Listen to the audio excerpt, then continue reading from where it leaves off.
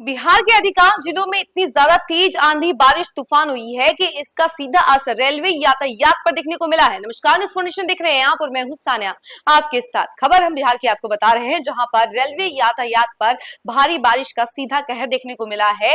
Railway यातायात काफी समय तक बाधित रहा है, यानी कई सारी ट्रेनें लेट हुई हैं, कई सारी ट्रेनों को रोक दिया गया है, तो काफी दिक्कतें हुई हैं। चलिए इसके बारे में हम आपको जरा जानकारी विस्तार से बताते हैं। मौसम ने ऐसा कहर बरपाया कि रेल यातायात से लेकर बिजली आपूर्ति तक सब कुछ बुरी तरह प्रभावित हो गया।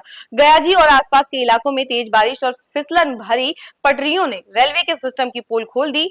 गुरपा गजंडी घाट सेक्शन में दुरंतो एक्सप्रेस घंटों तक अटकी रही। वहीं बसकटवा हाल्ट पर नई दिल्ली हावड़ा दुरंतो एक्सप्रेस चढ़ाई में फंस गई। अजमेर सियालदह एक्सप्रेस गुरपा में, जनशताब्दी एक्सप्रेस पहाड़पुर में और वंदे भारत एक्सप्रेस टनकुप्पा में ठहर गई, जिससे यात्रियों में अफरा तफरी मच गई। सुबह करीब 8:30 बजे से ट्रेन एक के बाद एक ठप होती चली गई और पूरा रेलखंड मानो जाम की चपेट में आ गया।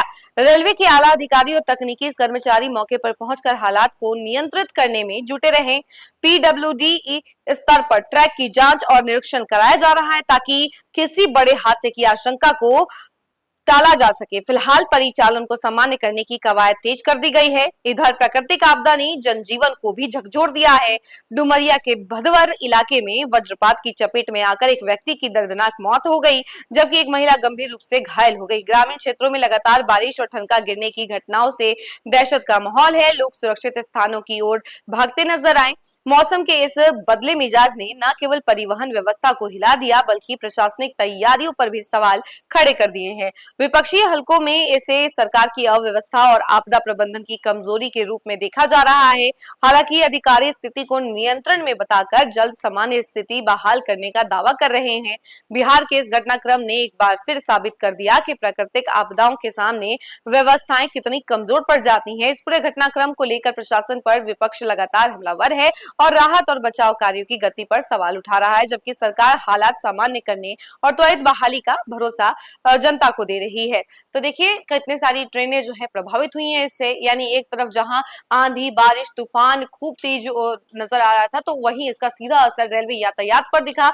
कई सारी ट्रेनें रोक दी गई और इवन वंदे भारत जो कि इतनी स्पीड में चलती है, उस ट्रेन को भी पहुंचने में लेट लगा, यानी कि ये भी काफी देर से चल रही है।